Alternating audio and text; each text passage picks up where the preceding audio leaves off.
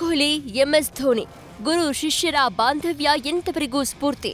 ಆಟಗಾರರಾಗಿ ನಾಯಕರಾಗಿ ಮಾಡಿದ ಮೋಡಿ ಅಷ್ಟಿಷ್ಟಲ್ಲ, ಟೀಂ ಇಂಡಿಯಾಗೆ ಭಲೆ ಗುರು ಶಿಷ್ಯರ ಅಪಾರ. ಇಂತಹ ಕೊಹ್ಲಿ ಧೋನಿ ನಡುವೆ ಯಾರು ಗ್ರೇಟ್ ಅನ್ನೋ ವಿಚಾರ ಫ್ಯಾನ್ಸ್ ಜಟಾಪಟಿಗೆ ಕಾರಣವಾಗಿದ್ದೂ ಇದೆ.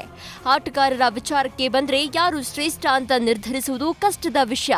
ಆದ್ರೆ ಬ್ರ್ಯಾಂಡ್ ಎಂಡೋರ್ಸ್ಮೆಂಟ್ ವಿಚಾರಕ್ಕೆ ಬಂದ್ರೆ ಶಿಷ್ಯ ಕೊಹ್ಲಿ ಗುರುವನ್ನೇ ಮೀರಿಸಿದ್ದಾರೆ. ಕ್ರಿಕೆಟರ್ಸ್ ಕ್ರಿಕೆಟ್ ಆಟಕ್ಕಿಂತ ಬ್ರ್ಯಾಂಡ್ ಎಂಡೋರ್ಸ್ಮೆಂಟ್ನಿಂದ ಹೆಚ್ಚು ಹಣ ಜೇಬಿಗಿಳಿಸಿಕೊಳ್ತಾರೆ.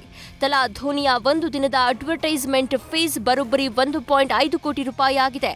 ಆದರೆ ಅದೇ ಕಿಂಗ್ ಕೊಹ್ಲಿ ಒಂದು ದಿನಕ್ಕೆ 2 ಕೋಟಿ ರೂಪಾಯಿ ಬಾಚಿಕೊಳ್ತಾರೆ. ಇನ್ನು ಅಡ್ವರ್ಟೈಸ್ಮೆಂಟ್ ಫೀಸ್ ಅಷ್ಟೇ ಅಲ್ಲ, ಬ್ರ್ಯಾಂಡ್ ಎಂಡೋರ್ಸ್ಮೆಂಟ್ ವಿಚಾರಕ್ಕೆ ಬಂದರೂ ಕೊಹ್ಲಿನೇ ಟಾಪರ್. ಧೋನಿ ಬ್ಯಾಟ್ ಮೇಲೆ ಸ್ಪಾಟನ್ ಟಿಕ್ಕರ್ ಬಳಸಲು 1 ವರ್ಷಕ್ಕೆ 6 ಕೋಟಿ ರೂಪಾಯಿ ಶುಲ್ಕ ಪಡಿತಾರೆ.